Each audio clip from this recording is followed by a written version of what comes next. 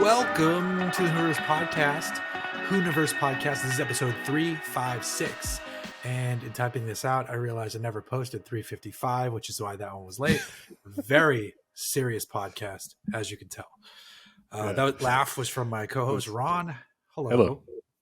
This is really serious business. We take this. We don't take this lightly, and we treat it as if our lives and our bank accounts depend on it. Yeah, I'm going to dock my own pay from 0 to 0. Nothing from nothing leaves nothing. How's it going, buddy? I'm good, man. I am good. Let me mute my phone here. Turn notifications off, or just turn it upside down. But yeah, man, it's been a minute. It has. We're going to kick this off with some car news, which we should have talked about 2 weeks ago. We don't have any bubble bath news? No bubble bath news this week. But okay. I'm going to talk about this because we haven't talked about it yet.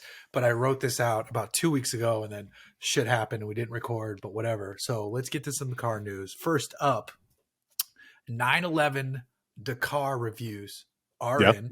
Yep. And it's apparently the dream machine that I thought it would be.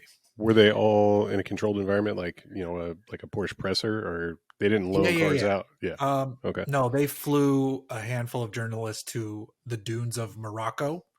Of course. They put them up in luxury yurts. Were you there? No. Our friend Matt Farah was there. Friend of the show, Dan Edmonds, was there. I'm trying to think. I mean, a handful of other people. Tim Stevens was there. A couple other people were there. And apparently the car absolutely rips. It starts life as a Carrera 4 GTS, which is a great spec.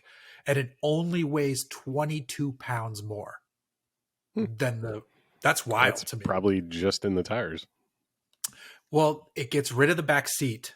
Oh, okay. Which is part of it, but it adds a half roll cage. It has a half cage, yeah. Yeah. And then, wheels and tires aren't going to be light. So just 22 pounds is crazy to me. Sure. That's impressive, man. They said, I reached out. I was like, hey, what do I got to do to drive this thing? They're like, we're taking pitches on stories. They'll be there, but you got to pitch us. I'm like, all right. So I got to figure something out. I was thinking about pitching them the typical like California dream type thing where, you start at the ocean, maybe you go drive to some snow, you wind up in the desert for a little bit, and you come back all in one day, which is cliche, but it could work for that car. So we'll see.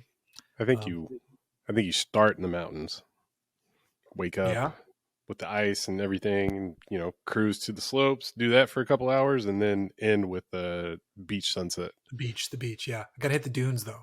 Apparently it's a monster. Yeah. But it should be fun. Now this next bit of news I thought is funny because now it's already potentially out of date. That's how fast the news happens. I'm going to just read it over here as I wrote it, that EVs are dropping prices. First Tesla, then Lucid, and now Ford. And they did that basically in response to the government saying like, oh, well, those aren't SUVs. Those are sedans. They're tall sedans, so they don't qualify unless they're under $55,000 for the federal tax rebate. So that's why Tesla did it. Lucid dropped their price just as like a weird show of things that could get them to qualify under some commercial fleet deal. Really? And Ford did it to keep up with the Model Y. And then the government recently backtracked, and a lot of those things that didn't qualify before as sedans are now reclassified as SUVs. But also, wasn't it recently enforced or whatever, that the federal rebate went from $7,500 to $5,500? Wasn't that reduction recent? It's still $7,500. Okay. But you said 55, so I thought I'd heard that rebate had reduced. So initially at the start of 2023, to qualify for the $7,500, if you were an SUV, you had to be under $80,000. And if you were a sedan, you had to be under $55,000. Oh, got it. Okay. And the Department of Transportation or the federal government said, all right, the IRS can decide which class of cars these are. And they looked at it and said, all right, well, the Mach-E, the Model Y, those are just tall sedans. They're not SUVs, which technically I agree with them. Sure.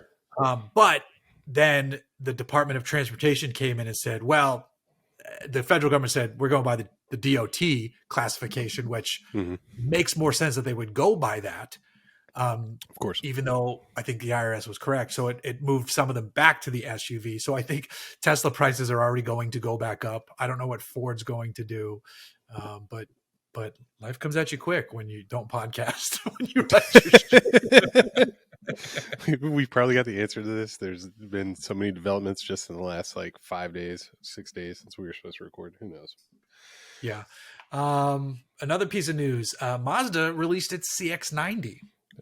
Pretty sexy, but like, yeah, my first impression just from looking at pictures is the exterior is like as sexy and swoopy as most current Mazdas. Yeah. Like I think they have a really attractive range of vehicles. Yes. But the interior looks just like staid and boring in contrast. Like yeah, it's just like uninspired. I will say, after being in a top tier Mazda CX-50, that the quality of the interior materials felt very premium. And I would imagine it's more of the same, and based on some of the pictures, possibly some nicer touch points in the CX-90. But the thing that's more interesting is it has an inline turbo 6, and the all-wheel drive system is rear biased. So that's pretty dope. The engine makes 340 horse, 369 torque, and then there's a plug-in hybrid which can do like 20 to 30 miles of EV range, which is pretty good for a vehicle of that size. So that's pretty cool. Yeah, it's cool. Now, my only beef with Mazda is that they're up there with Cadillac as far as teasers of concept vehicles that never make it to production. And that Roadster that they showed off a few years ago would have been like the most beautiful car on the market. And I think they've abandoned plans for that. And now it's like the Genesis, whatever X concept convertible they say they're actually bringing to market and targeting Bentley with, which will be interesting. But aesthetically, like I see it, I get it. But I don't know if build quality of materials, exclusivity, if they're really ready to challenge Bentley. They're just the car looks the part, but I don't know if they're ready to deliver on that challenge. So I think that's like a headline grabbing statement, because no one who's any potential Bentley customer would scoff at the idea of that car. However, well, maybe not certain Asian markets. Oh, that's true, sure. But I'm just thinking America. But yeah, but the thing is, with like Genesis right now, the current lineup offers competition to Mercedes, BMW, Audi at a lower price. So then if they build a Halo, that's, if you just took it on its own, say it's, $150,000, $200,000 Genesis, which is a crazy statement. But if they're comparing it to a $300,000 car, it's like the same move, just, it's like a cheaper flagship. But I just don't see like an American Bentley customer being like, oh. However, that concept is gorgeous. It's gorgeous. It's the prettiest car that I think I've seen in the last 10 years since a Cadillac concept car like this. I think it was the CL and like there was a couple, but I mean, there was a couple. Cadillac's coming with a $300,000 EV too, so it's like yeah. I don't know if either one of them are ready, but we're about to find out. Man, Hyundai and Kia have been doing so good for so long though. And their build quality, it's going to be the same build quality as a Kia Telluride. So you compare that to like anytime I've had a supercar as a press loaner, my wife always laughs. There's almost always something wrong with it. Doesn't matter, with the exception of like a top shelf ultra Mercedes, which almost doesn't count because I'm talking about like Astons, Bentleys, Lambos. The ones that are the best behaving, oddly enough, are the Lambos because they're Audis. Right.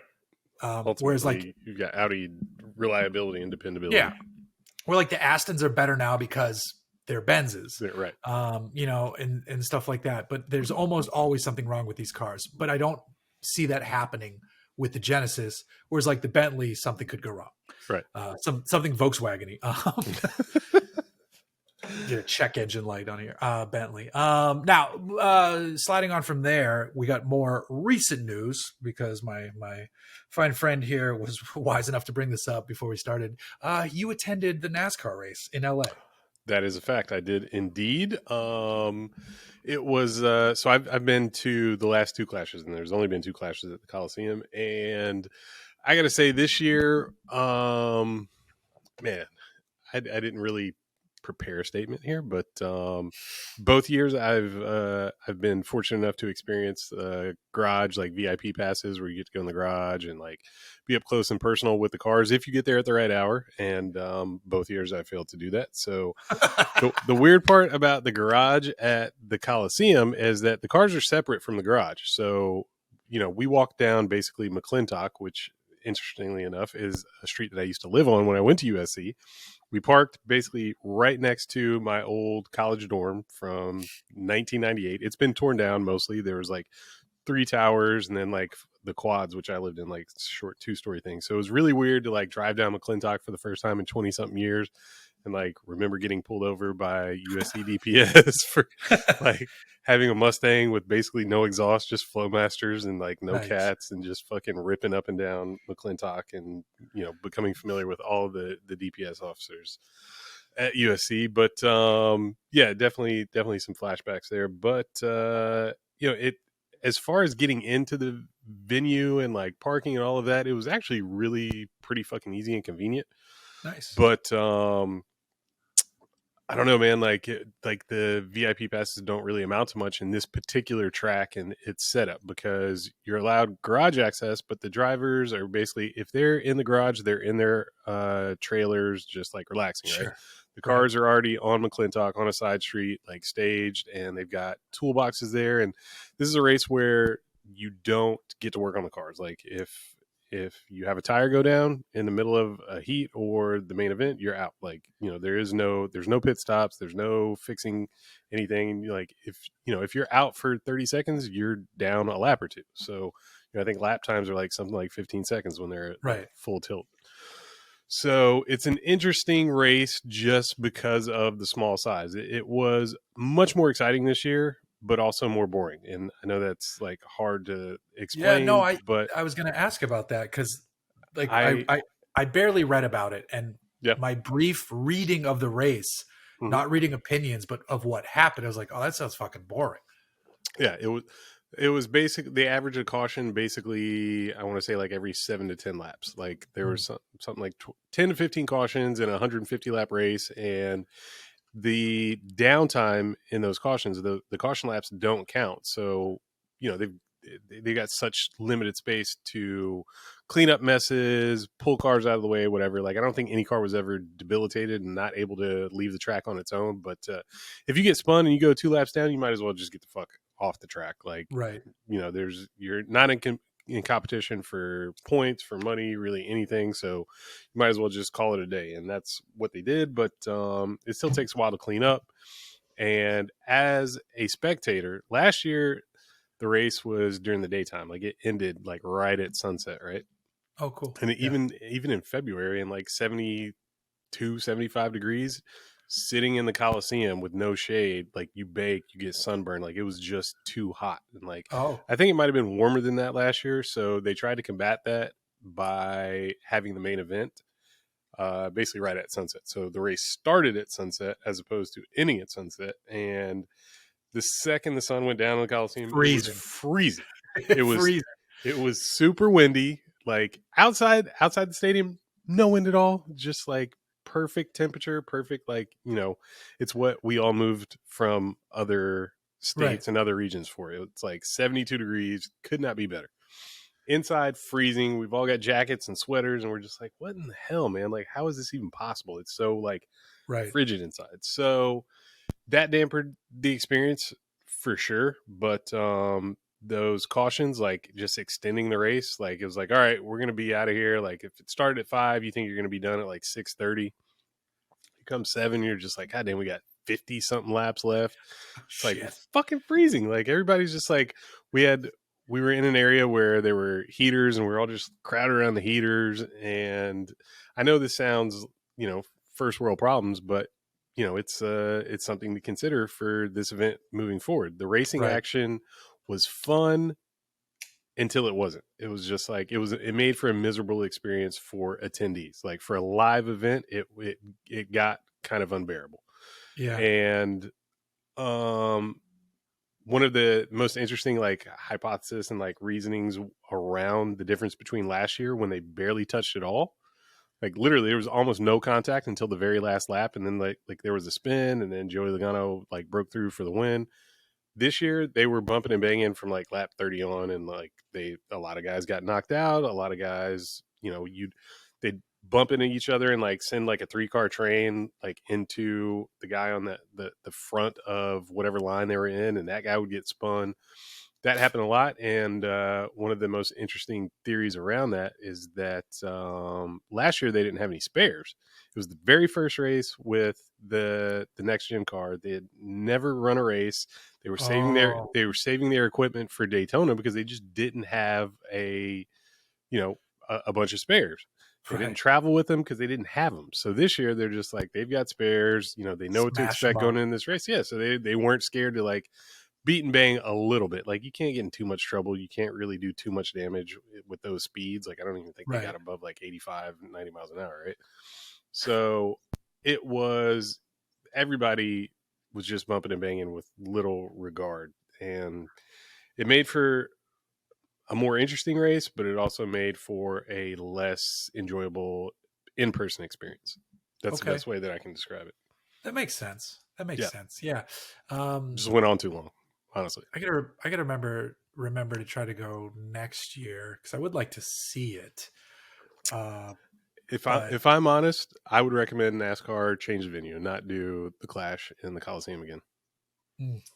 I mean, I enjoyed it so much last year, and I was so happy to see people like our buddy Farah and Rob Holland like glowing reviews, because I sat next to those guys and we had a wonderful experience.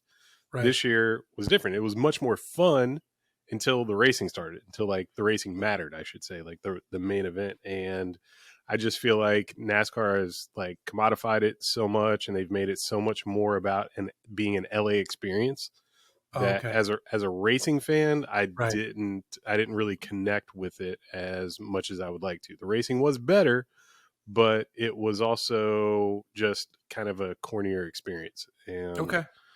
And I don't know if they sold this out. I don't know if they sold out last year. I don't know what attendance was, but I think they did what they set out to do in appealing to a newer, younger, more mainstream audience.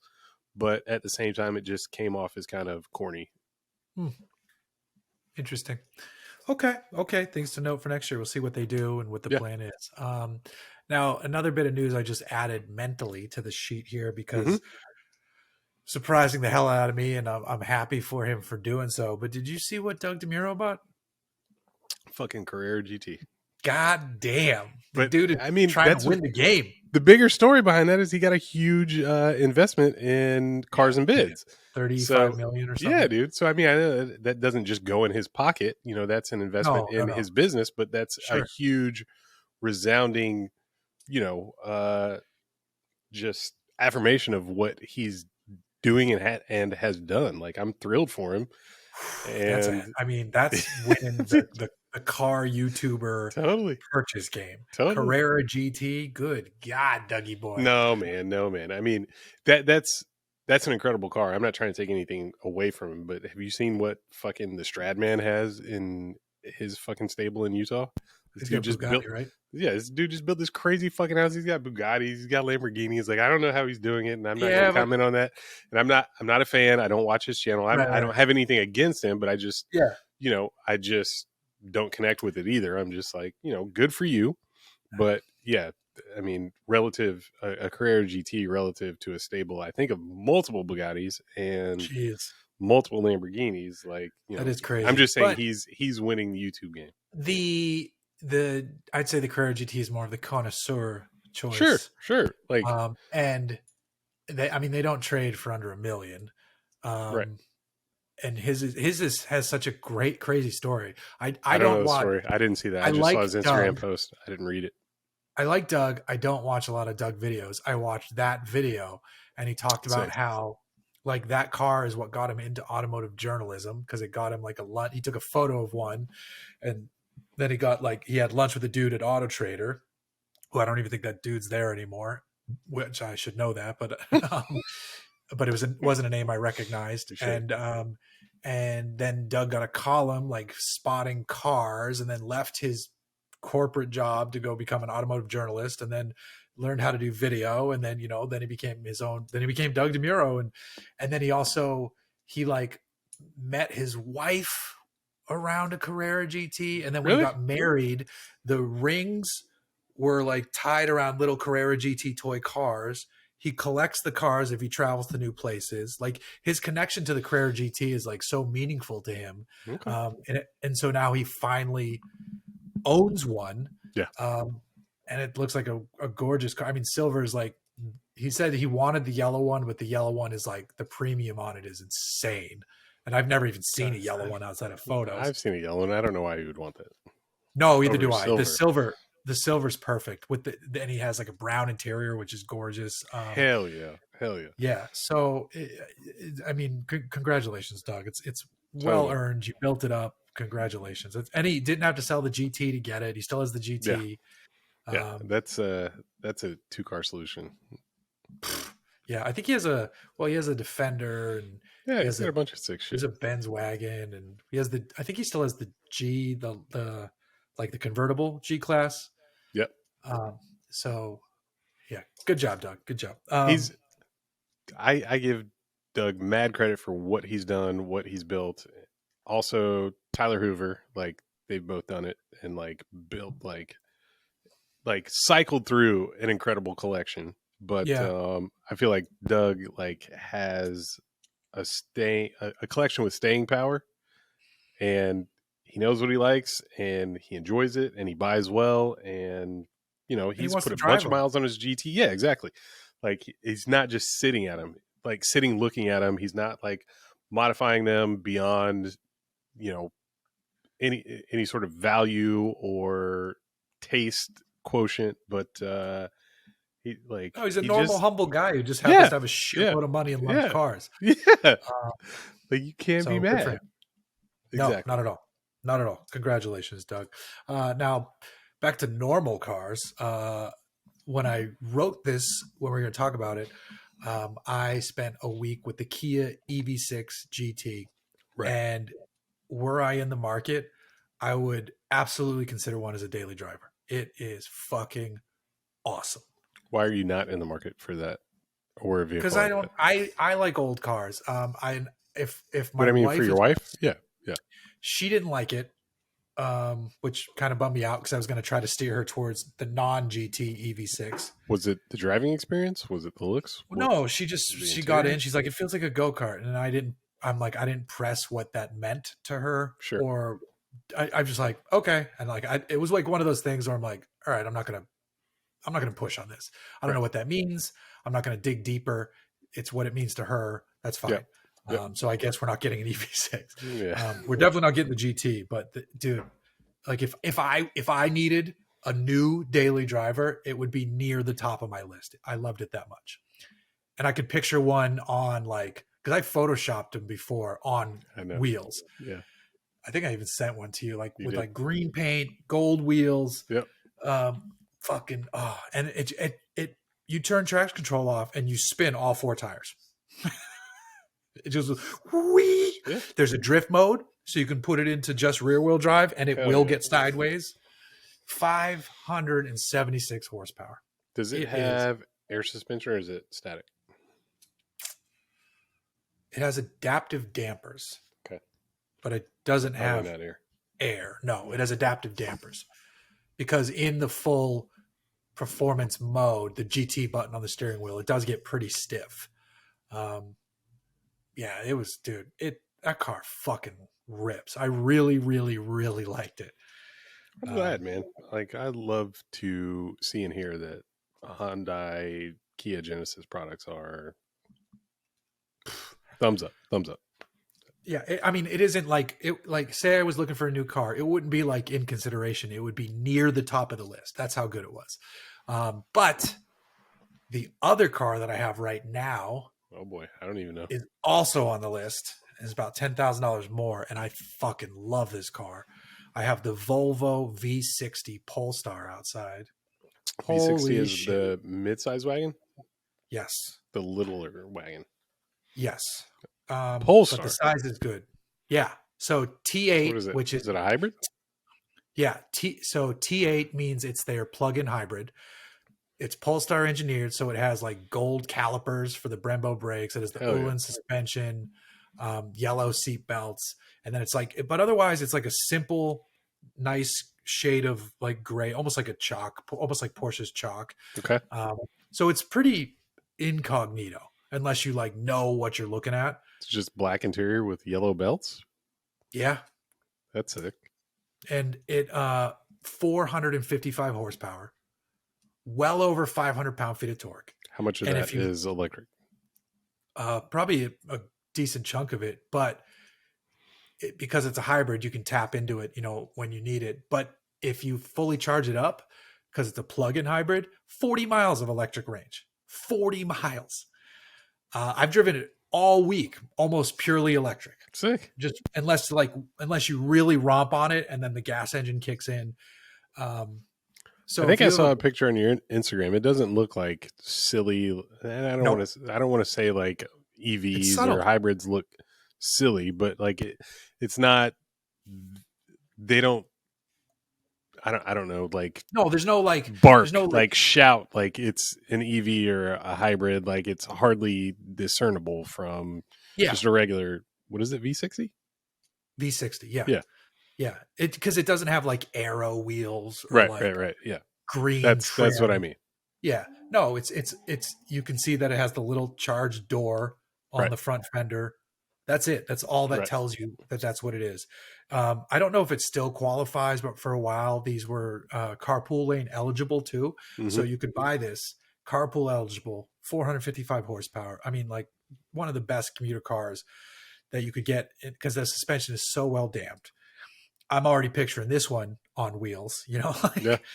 But fucking hey, it's a dream machine.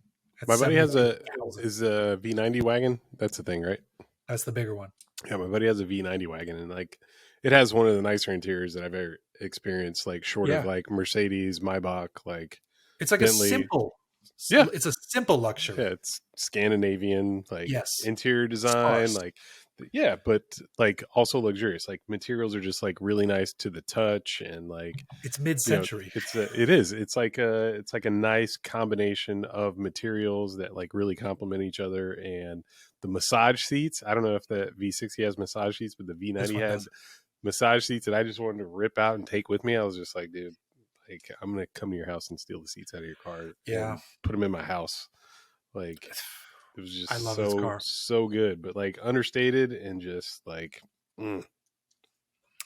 I looked on Auto Trader or maybe even Volvo's website to see how many were for sale used in the country. 0. Right. So like people who bought these know what they bought. Yeah. They're holding on to them. I don't think you can just go into the dealer. I think you have to order it. It's it's one of those. Yeah. It's such. I even emailed the press guy who I'm buddies with, and I was like, hey, I just want you to know this car. And I don't do this for any of the cars I get. I'm like, this car rules. I really, really, really like this car. He's like, dude, I know it's a collector's item. Anybody who's buying one knows. He's like, if you bought one now, you could probably sell it for your daughter's college fund down the road because it would appreciate. I'm like, you're not wrong, man. Yeah. But I love it so much. A good wagon, man. Hard to come by. Good wagon, hard to come by. Let's shift gears a little bit, which is a bad auto podcast pun. What is going on in your car world? I'm getting new wheels for the Audi. Yeah, I mean, like, there's nothing fun to talk about. I'm getting new wheels for the Audi. I'm getting them painted custom colors. That'll be cool in a week or two. I don't know. I just commuting, man. I'm commuting. This shit's not fun. You guys got your own garage. I feel like you guys haven't done shit since. Yeah, and I'm the worst. I'm the worst offender. Like everybody's been like there regularly and like working on shit and changing shit, and I get a lot of commentary because each of my shitbox speakeasy comrades, they have relationships. Like, they have partners that they live with. One of them has children. I'm childless and single, and they're just like, I don't understand. Like, you're never here working on cars. Like, what the fuck? And I'm like, I don't need the escape. Like, I don't need, like, it is not more fun for me to leave my house and go to a freezing cold or Right. sweltering hot garage and turn wrenches. Like, I feel like I'm just going to pay somebody to do what needs to be done because I'm like, I don't want to go there. Like, this is Yeah, like yeah. chilling at home in front of the fireplace is, or like, So for any you, number of things are more enjoyable than going and working on a car in a garage that is it's not much like climate controlled. it's much more of a better car storage scenario for you. Yeah. And I mean, Yeah. that the worst thing that happened to my project cars is that I found a place to keep them with peace of mind. Like, I Right. don't have to worry about them. Like, I don't even have the login for the Ring cameras anymore. Like, I got a new Yeah. phone in November. I haven't gotten the login. Like, I'm like every like 2 or 3 weeks. I'm like, guys, the Ring login, the Ring login. Can I get that? Nobody pipes up. Nobody says anything, and I'm just like, fuck. Like, I mean, if the place burns down, like, I have insurance on everything that Yeah. I have there, so it is what it is. But I'm just like, the place burning down would actually be best case scenario for me. I probably shouldn't like put that out there, but No. that's the honest truth. Like, I would be glad to just like start from scratch with whatever the insurance money for the Mustang and the K10 would be. You gotta move that K10 though. You No, gotta I move that. that I want to, but it requires work. Like, it won't be profitable unless I get down and dirty and like work on some shit, replace some shit, change out some shit on my own. It doesn't need a lot, but I just like, No. it was hot, then it was cold, and then like, So sometime this spring, you'll yeah, be in spring, there, yeah, spring, ambient 75. You'll be like, all yeah. right, let's go to work. But I still Nice. like see S7s trading for more than I think they're worth, and I'm like, I'm still tempted to sell that car, Yeah. and I don't know what, like, Just buy the Volvo. nah, I'm not gonna get a fucking Get the Volvo wagon. Volvo, I'm like, baby. what am I gonna do with a Volvo wagon? I don't have kids. I don't Cheaper. want to have kids. If that was still eligible for the carpool lane.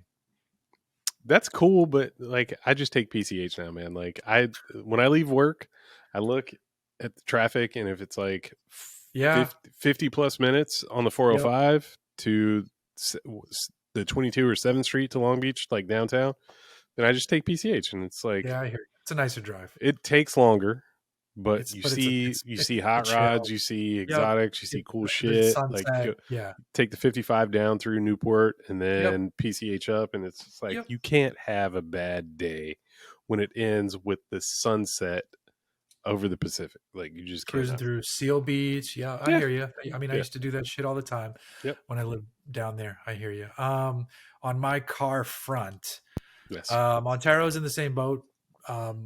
Just waiting to install some stuff. Matt Valbuena, if you're listening, we got to do the electrical. So let's get on that. That's me. I got to reach out to you. On the Jag front, though, Yes. I got my smog cert. Yes. No. Back up. I got my notice to get it smogged. Wow. Yeah. No. I thought you took it last week. You like. What I did was the place that smogged the Montero. Mm-hmm. I talked to that guy. He's like, all right, come in and we can run it in manual mode just to see what it's doing. So it's not sending the info to anybody. Gotcha. It's like, so I can look up something fairly equivalent that would pass in terms of like CO2 and NOx and all these things. Isn't the drivetrain basically like a 88 or so, 86, 87, 88 Corvette? 89, 80, I think it's an 89 Firebird or 89 Corvette. Yeah. Oh, okay. Yeah. Either way, it's the 350 TPI. But I was like, the one thing I was nervous about was evap. He's like, oh, you don't need to do that in your car. And I was like, fuck, huge win right there. He's like, but let's hook it up and see what it does. And he gets it on the machine. He's like, oh my God. He's like, this car. And ever since I got it back from when the school looked at it, and this isn't to say they did anything, this is just something that's happened. Sure. Right. It's running like shit right now. I don't know what it is. I don't know what's going on. But the he's like, this car's running crazy rich. He's Yeah. like, the numbers for that are off the charts. That's It's detrimental clearly, to smog certification. Yes. oh yeah. Like Yeah. the CO2 number is Yeah. super high because of it. And he's like, all right, well he's like, figure that out. It could be as simple as like a sensor's telling it to dump fuel when it doesn't need to dump fuel. It seems like Right. there's It a misfire. could be like Yeah. a vacuum line. Could be, absolutely. So I swung by the shop where I get a lot of my stuff done. They're a little slammed right now, but I'm like, hey, I need this by this time, and they're like, all right, yeah. If you don't hear from us by Thursday, give us a call back. We'll try to get you in the following week just to like figure this out for you. Yeah. And then I'll go back to the same smog guy, get this motherfucker smogged, and then we'll be in business. So let's see what's going on there. As a friend, I hope it passes. Yeah, thank you. As a potential buyer, I hope it fails. If it fails, the price I would offer it to you is significantly less than the passing price that I would offer you, all still within the realm of friendship. Yes. And then once it's gone, though, it's yours. Yeah. I will help answer questions, but it's sold as is. No warranty, no guarantees. No. You know the This deal. is yours. Got a 777 second warranty. Yeah, not even. That sounds too long to me. So that's the situation on the Jag. But I feel promising about not the need to not do the evap, and then if we can figure out why it's running rich and clean all that up, should be fucking golden. The guy looked at the sticker, sticker's good, all that stuff. So to like run it hard, like do the Italian tune up, like beat the shit out of it for a minute before you show up for that. It's probably been running rich for so long though that I've also probably like roached the cat. Sure. So I might need a new cat, which sucks because those are expensive. Yeah. But whatever. But if that's what it takes to pass smog, it doesn't matter. Hope you figure it out. Or don't. We will. No, we will. Okay, we got some Instagram questions right here. First up from Pretty Cool Project. Can you feel the difference with lightweight wheels on the street? So, I mean, everybody's going to have a different answer to that. I will start by comparing the 21-inch wheels that just came off of my S7 to the 21-inch cast wheels versus 20-inch forged wheels that I have on the car currently. Weirdly, the car drives better day to day in commuting and just like, kind of spirited driving with the heavier, wider wheels. I think that is a component of narrower tires on the forged wheels, which are 265s versus 285s on the cast wheels. And the 265s are Pilot Sport Cup 2s, which are basically just lightly grooved track tires, honestly. Like they're takeoffs from the front of a 911 like GT3 or GT3 RS, right? They are worthless in the rain. Yes. I left your house when we rode around in the Raptor R, and I had to get off the freeway after like a 40 mile an hour almost not a quarter mile, but eighth mile just drift, like completely lack of control. The car just hydroplaned for an eighth of a mile, excuse me. And I had to, no inputs, like hands off the wheel, feet off the brakes and the accelerator. Like the car just crabbed for an eighth of a mile, and it corrected once it got out of that puddle. And I was like, okay, these tires are not for rain. Good thing I put these on for the rainy season in LA just as like temporaries while I was painting the other wheels. So weight is not always your enemy when it comes to wheels. The car is much more stable and planted, and it doesn't tramline with the wider wheels. So that's my personal experience with my car. Typically you want less rotating mass from a performance standpoint. You want lighter wheels, lighter rotors, like that's why carbon fiber rotors are so much more expensive than steel, but in practical applications and like everyday use, the weight is really not that noticeable. And honestly, in some ways it improves the comfort of driving, if not the performance. Like you're gonna get more reliable performance from a steel rotor.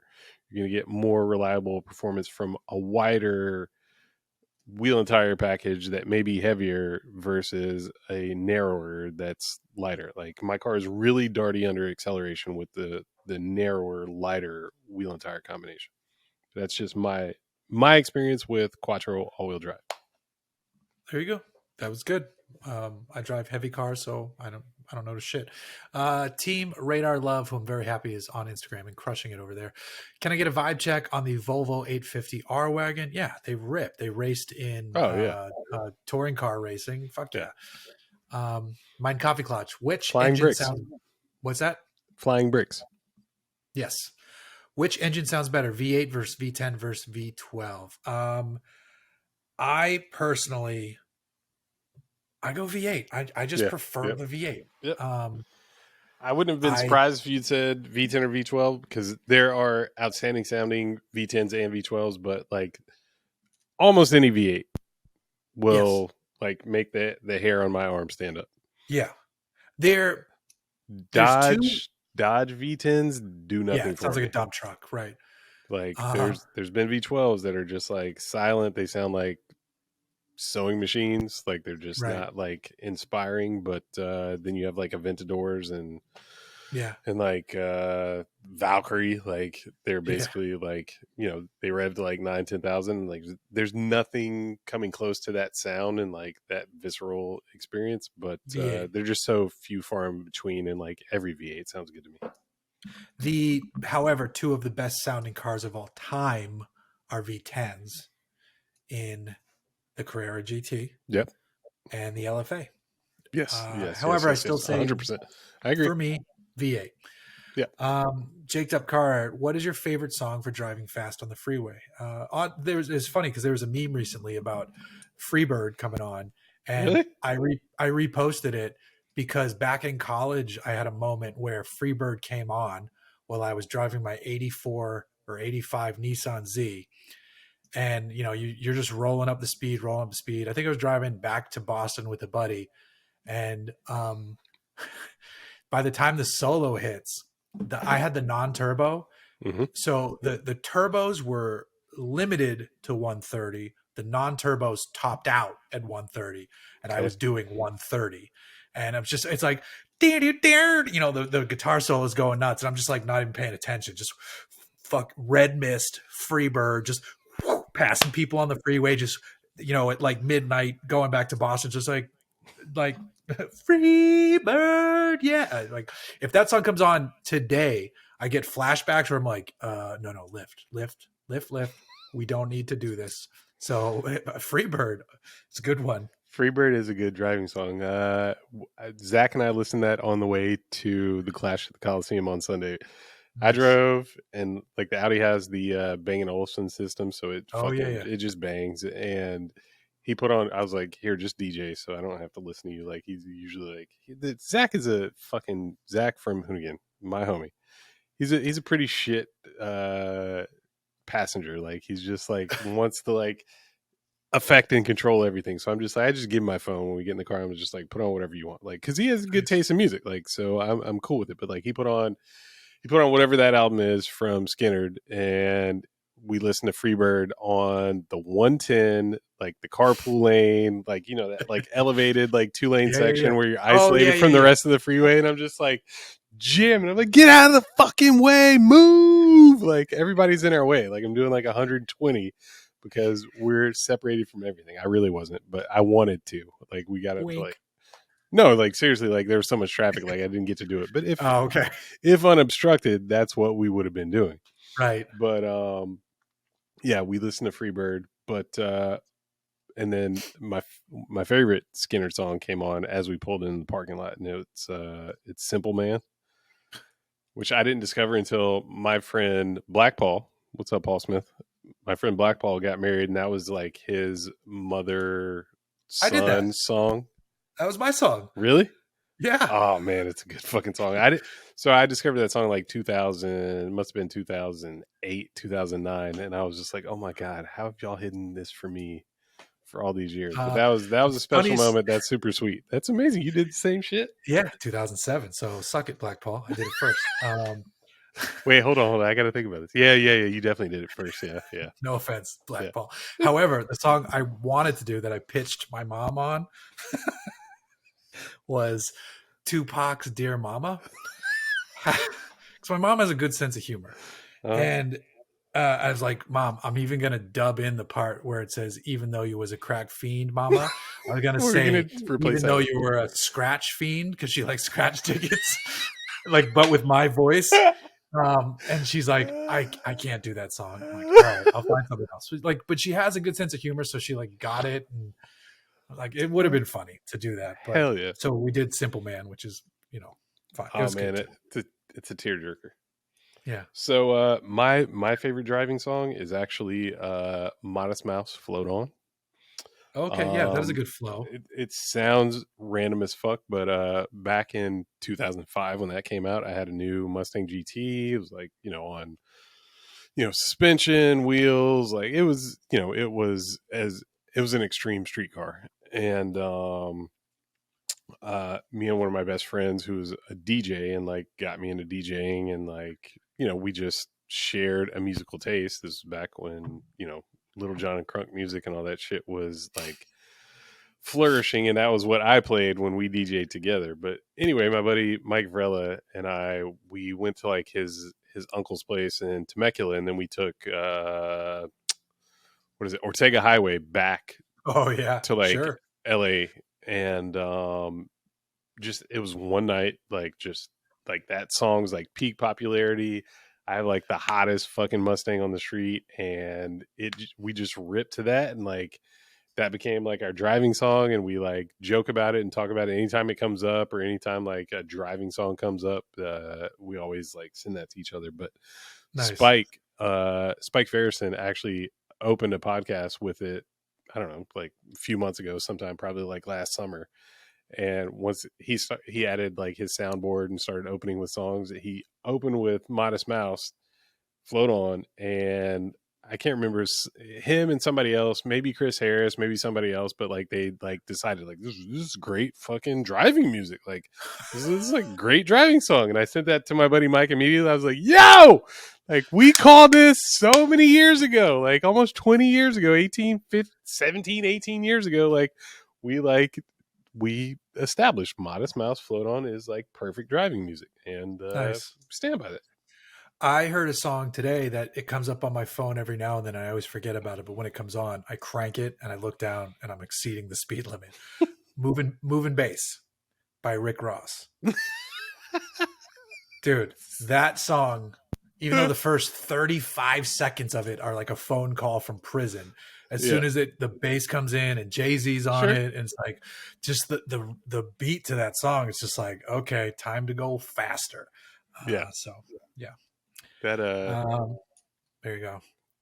Taylor 356, best things you did in New York City. Got in the Defender and got out of it. No, we saw the touristy shit. We had good food.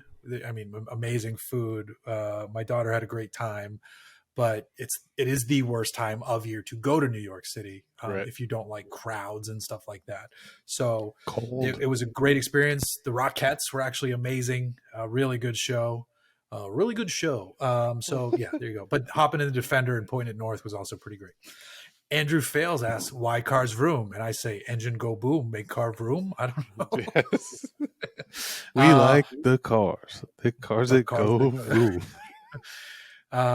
Real Cool Phillips, how much worse are the drivers in California when it rains compared to dry roads? It's not even comparison. It's Armageddon. Yeah, I won't. If I have my druthers, I will not drive in the rain in LA. Besides my tires, at the current moment being the antithesis of wet weather tires, like everybody else just drives like shit. Like nobody knows what the fuck to do. It's a mix of people from other places that think that they know what the fuck they're doing, and they just fucking drive too fast for conditions because the conditions are not the same. Like a little bit of rain in LA, it brings like the oils and all the contaminants and all the shit that's like baked into our asphalt and our concrete. It brings that to the surface and it becomes a super slick surface. We're not a place that gets rain often enough for people to pretend that they know what they're doing. Like the surface is unpredictable, and people driving like it's normal is really disruptive and honestly like just insane for the conditions. Like and then on the flip side, you have people like natives who are 20 under the speed limit, right, or 20 under the safe speed, I should say. The disparity in speed is, oh my God, it's a huge issue. It's bad. Yeah. Yeah, that's why I stay home.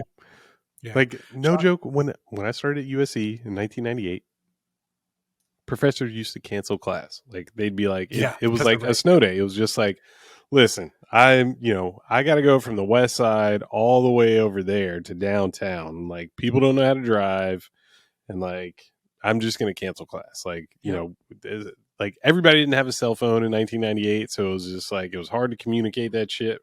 You show up to class and be like, are we doing this? What's going on? Oh, nope.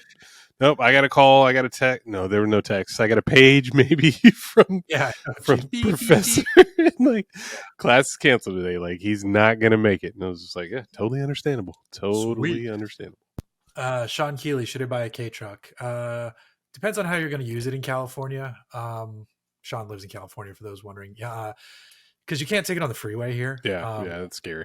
Even if you can drive it around town, sure. If you're going to just use it for like just fucking around, sure. I've entertained the idea of one as like a little mountain bike hauler, because it'd be so rad to just drive that to the trails. But you cannot take that on the highway. They can't go fast enough. Yeah. So use case. Just think of the use case. Farm use only, or like a beach community. Yeah. Just like a cooler golf cart, basically. Yep. Stacked Easy, best all around sports off-roader. Oh, it says for $16. So I think it's just that sounds like a high question, either a drunk or a high question. Yeah. And I am not drunk, or I'm not drunk enough. Even $16K would be like such an obscure, like random number. And I would just say Montero just to say it.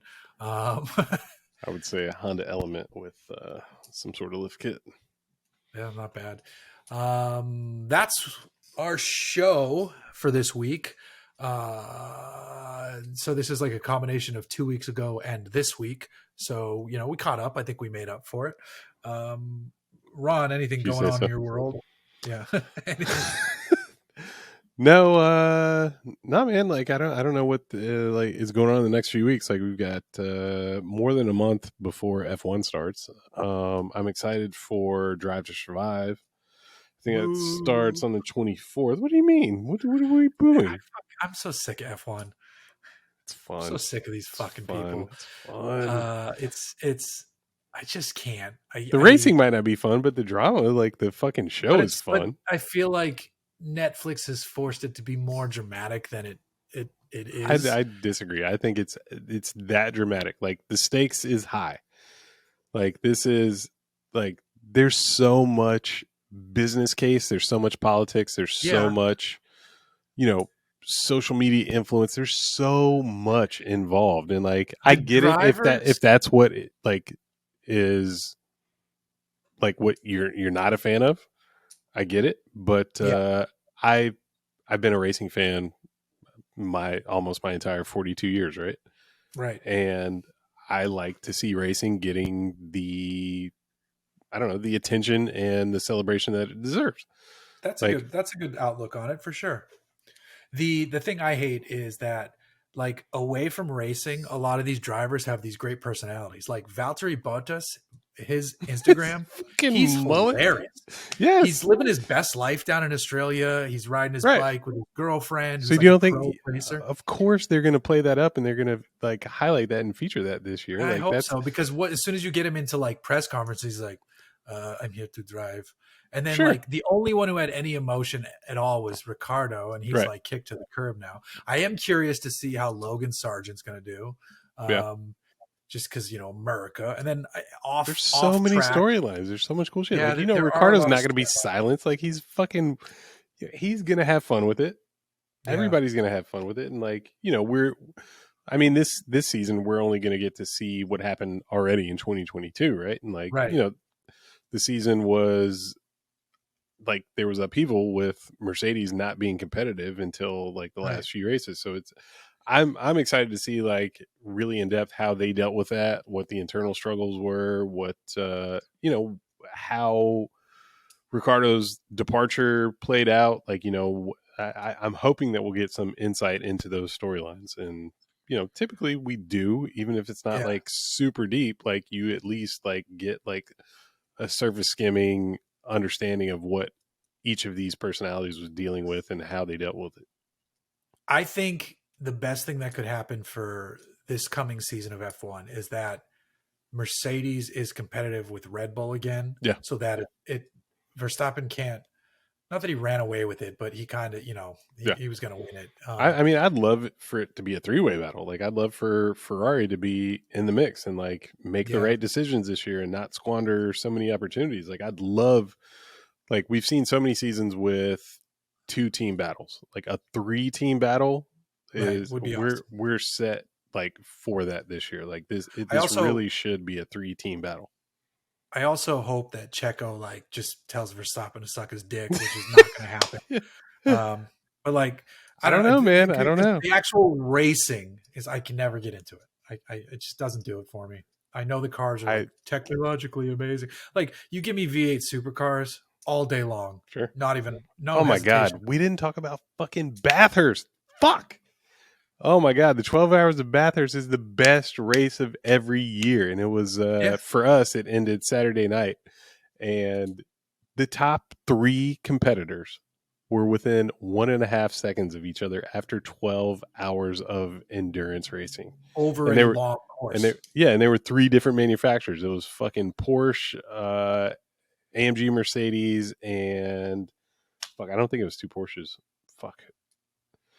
Anyway, that's Bathurst rules. Yes, absolutely. It's like the tightest, sexiest circuit you will ever find. Like the wrecks are fucking major, but there was a safety car, or there was a caution because there were 2 kangaroos on the course. That's the best. And everyone watching it is properly liquored up. And we gotta go to Australia. I know you're listening, Chuck. Yes. I just don't know if I can swing that trip. That's the thing. It's like I want to stay for like 6 weeks because I want to go for Summer Nats, but I also want to be there for Bathurst. Like we need to petition somebody to like combine those events and bring them closer together. You'd probably have 500,000 Americans come visit if you could get those events within like a week or 2 of each other. Yes. Oh my God, that'd be the best. Yeah. That'd be a lot of fun. I wish I could get I've pitched it for so many years now, not aggressively, but if I could ever get my bucket list TV show off the ground, that Bathurst is high on the list. Totally. Do a 2-fer in Australia with Summer Nats as well, though. So that's our show for this week. We will try to stick to schedule going forward, but who knows? Good luck with that. It's us. It's us. And if you're still listening, that means thank you. Hopefully you like us, and we'll see you on the next one. Adios. Goodbye.